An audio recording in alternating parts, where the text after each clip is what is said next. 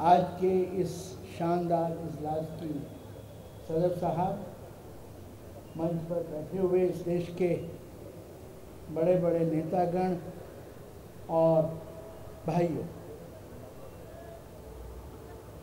पता नहीं क्यों भाई हकीमुद्दीन ने सोचा कि मुझे बुलाया जाए रिजर्वेशन के प्रस्ताव की तायीद करने के लिए। वो जानते हैं कि मैं भारतीय जनता पार्टी का ओहदेदार हूँ। मैं बड़ा साफ साफ बात करूँगा।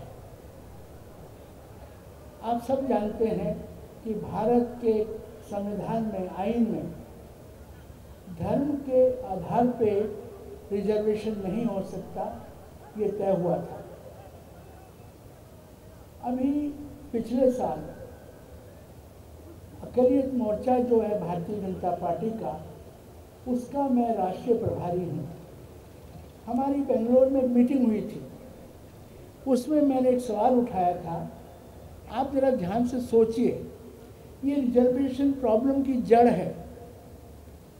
मैंने ये कहा था कि संविधान की ये बात सही है कि धर्म के आधार पर रिजर्वेशन नहीं हो सकता, इसलिए भारतीय जनता पार्टी का ये स्टैंड भी सही है कि धर्म के आधार पर रिजर्वेशन नहीं हो सकता। लेकिन यदि धर्म के आधार पर रिजर्वेशन नहीं हो सकता तो धर्म के आधार पर रिजर्वेशन को मना भी नहीं किया जा सकता। ये बात आप समझिए कि नाइंसाफ़ी कहाँ हुई। 1935 में और उसके बाद 1935 में गवर्नमेंट ऑफ इंडिया एक्ट बना, अंग्रेजी हुकूमत थी। उन्होंने एक्ट में पास किया कि जो गरीब हैं, डिप्रेस्ड क्लासेस, दलित नहीं कहना चाहिए, वंचित समाज, डिप्रेस्ड क्लासेस को उभारने के लिए कुछ स्पेशल प्रोविज़न करना चाहिए। उसमें रिजर्वेशन का भी एक सॉल्यूशन था। उसके बाद ये तय हुआ कि पहचान करो कि कौन लोग हैं जो डिप्रेस्ड क्लासेस हैं। वो जातियों के आधार पे डिप्रेस्ड क्लासेस का आइडेंटिफिकेशन हुआ। ये जो शेड्यूल कास्ट बोलते हैं, शेड्यूल कास्ट का मतलब क्या है? अंग्रेजी का शब्द है शेड्यूल, इसका मतलब है लिस्ट, सूची। यानी जिस जाति का नाम उस सूची में हो वो शेड्यूल कास्ट है।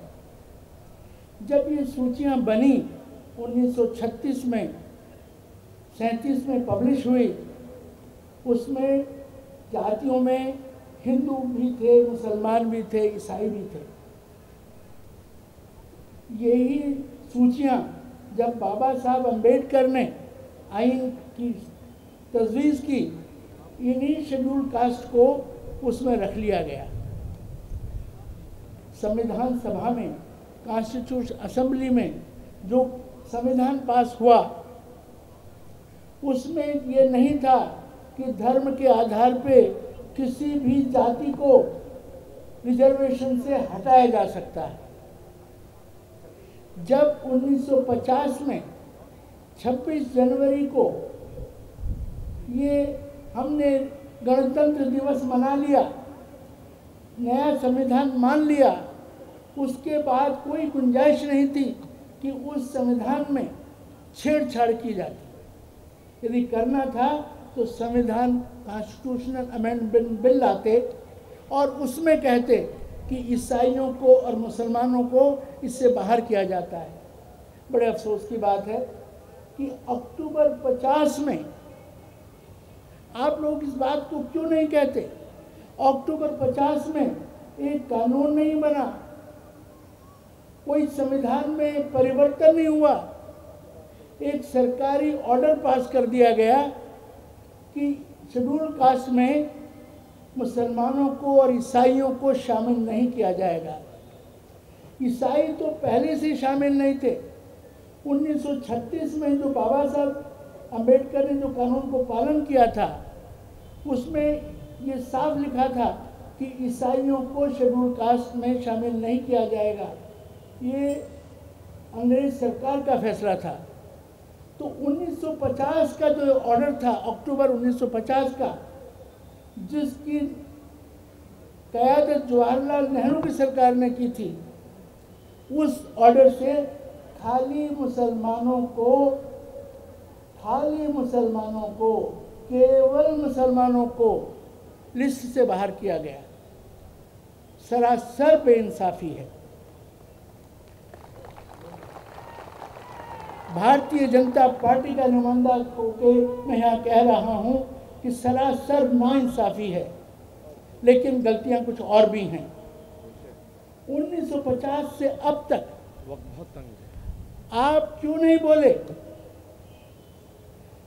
मैं यहाँ पे कांग्रेस पार्टी की खिलाफत करने नहीं आया, ना अपनी पार्टी के लिए कुछ कहना चाहता हूँ, लेकिन इस बात को सब लोगों ने जरा उठ के सोचना चाहिए।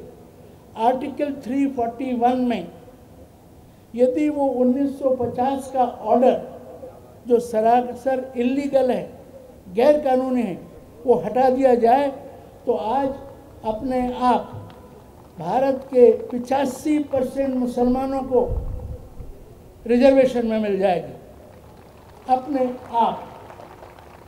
कभी कभी हम बिना बात को गहराई में जाए, महमूद मदनी साहब पास में आके खड़े हो गए हैं और मैं जानता हूं कि टाइम की बहुत कमी है, टाइम नहीं ज़्यादा लूँगा, केवल एक बात कहूँगा। अच्छा, उनका कहना ले चुका, मैं अपनी जगह लेता हूँ, लेकिन जज्बात में न जाके इस बात को समझो कि एक पार्टी जो आपके समर्थन में भी बात कहे, फिर भी आप उसको पत्थर मारते हो। इसको दोबारा से सोचो।